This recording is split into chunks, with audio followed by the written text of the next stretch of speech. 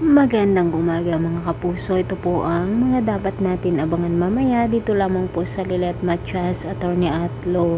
Tuluyan na ngang ipinakita ni Patricia ang galit niya dito kila Meredith at Lilet na hindi alam ng mga tao na nasa paligid nila na mag-ina pala sila.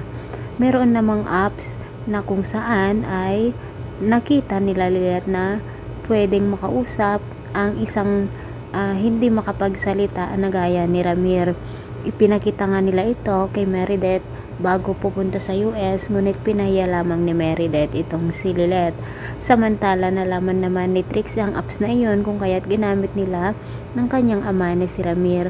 Ngunit galit na galit si Patricia na pinalaya si Trixie doon sa kwarto ni Ramir at sinabi na wala na siyang tiwala dito dahilan nga sa pagpapasok niya kay Lilet at Meredith doon sa kwarto ni Ramir noong wala siya.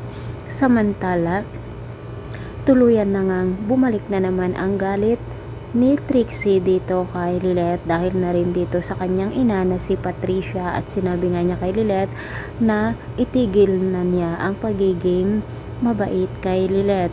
Samantala, tinawagan naman ni Ira si Trixie upang magkita sila sa isang restaurant at nagkwentuhan nga ang dalawa.